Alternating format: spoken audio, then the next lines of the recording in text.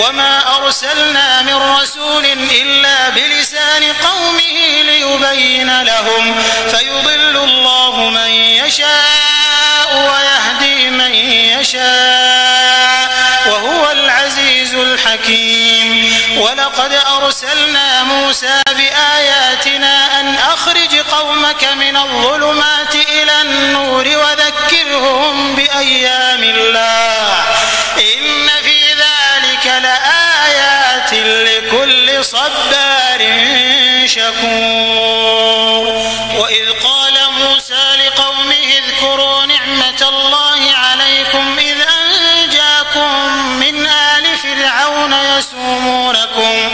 يسومونكم سوء العذاب ويذبحون أبناءكم ويستحيون نساءكم وفي ذلكم بلاء من ربكم عظيم وإذ تأذن ربكم لئن شكرتم لأزيدنكم ولئن كفرتم إن عذابي لشديد وقال موسى إن تكفروا أنتم ومن في الأرض جميعا فإن الله لغني حميد ألم يأتكم نبأ الذين من قبلكم قوم نوح وعاد وثمود والذين من بعدهم لا يعلمهم إلا الله بسم الله الرحمن الرحيم الحمد لله وبه نستعين والصلاة والسلام على أشرف الخلق وسيد المرسلين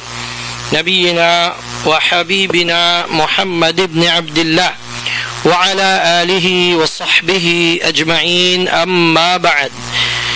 Mga minamahal po naming mga taga-subaybay, taga-pakinig sa programang ito na pinamagatang Tinig ng Salafiyya.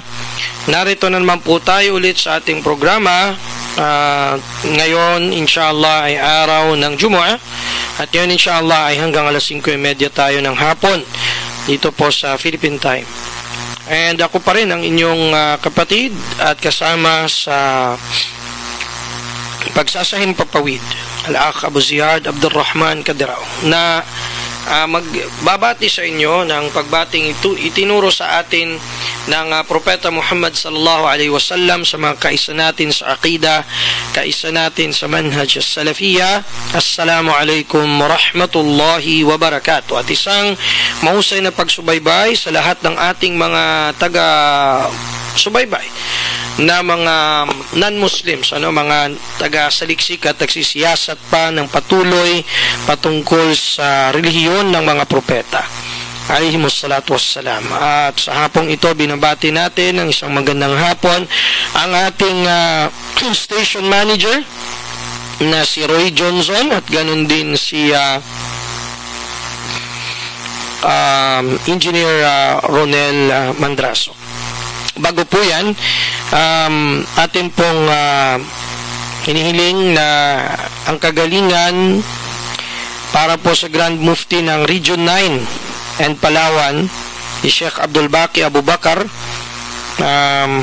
na ngayon ay dadalhin sa ICU doon sa Zamboanga City. Isama po natin sa ating mga panalangin, lalo na ngayon ay mga awqat o mga oras na dinidinig ni Allah ang panalangin na naway gawad ni Allah pa sa kanyang kagalingan. At sa lahat din, ganun din ang lahat ng ating mga ulama at mga duat natin sa landas ni Allah.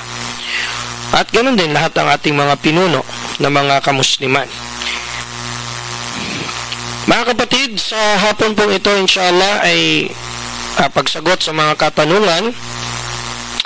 At inshallah ay inaayos pa natin ang pag-upload ng khutbatul Jumu'ah natin kanina, na alam ko ang ilan sa atin ay nag-aabang din sa naturang khutbah every Jumu'ah.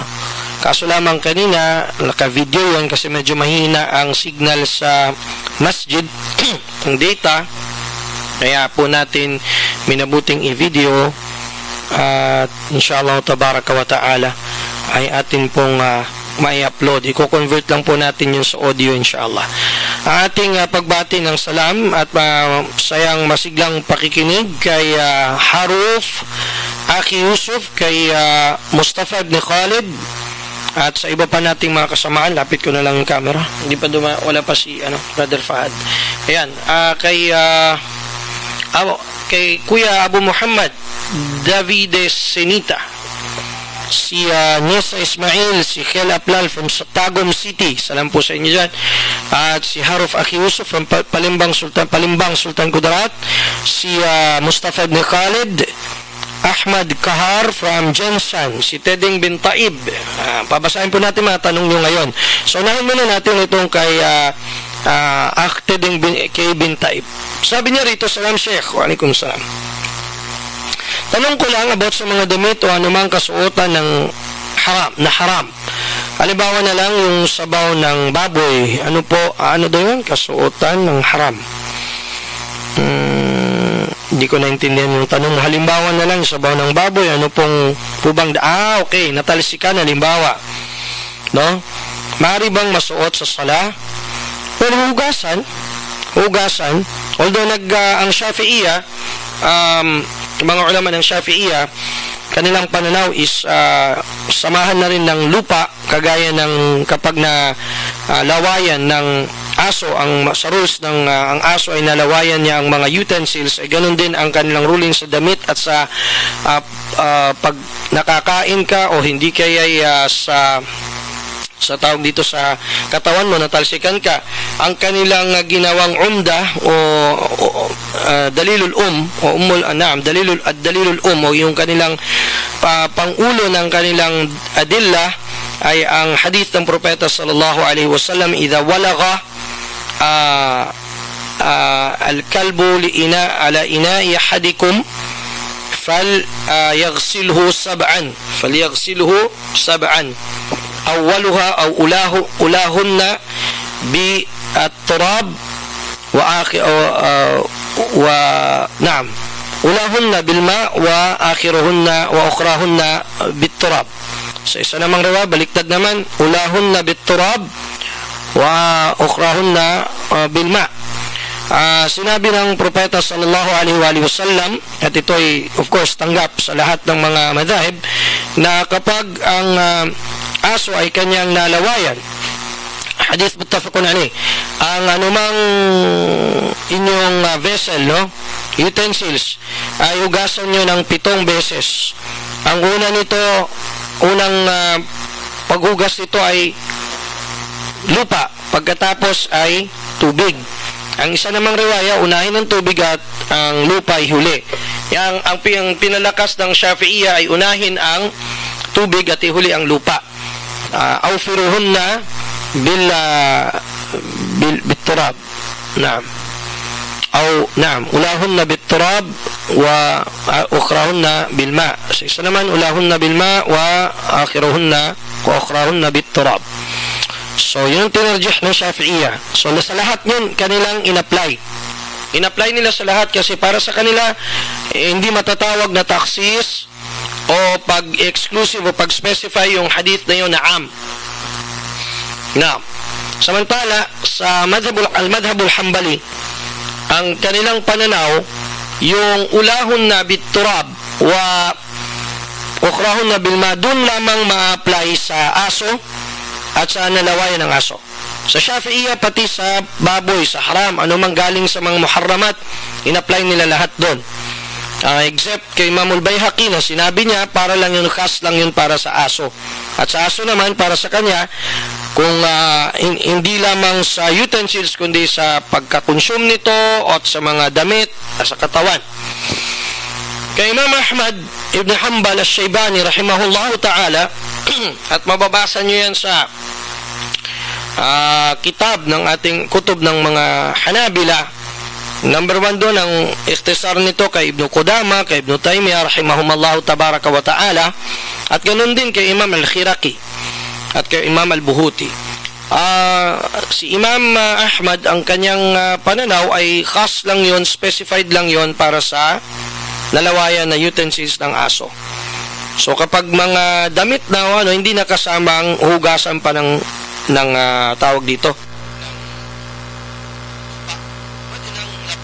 hugasan, tubig, kahit walang sabon, Pwede. So, pwede yun tiding bintaib kung wala nang iba talaga ding matawag dito, masusuot, kukusutan mo yun, lalaban, and masuot mo. Pwede mong suotin. Inshallah ta'ala. Naam. Laban mo lang, kusutan mo ng tubig. Ganon din kapag natalsi ka ng ihi o anuman. Naam. So, ang sumunod na tanong mula kay Mustafa ibn Khalid. Pwede po ba i-lecture ang story na da'if na hadith katulad ng hadith kay Tha'laba? Papasok tayo dyan sa pananaw naman ng apat na madhahib pagdating sa hadith ad-da'ifa. Hadith ad-da'ifa. Una, pwede ba nating monitor yan? Muna natin to. Back cam, no? Baka may stand doon. Balik tayo mo. Ayan. Paki-adjust doon.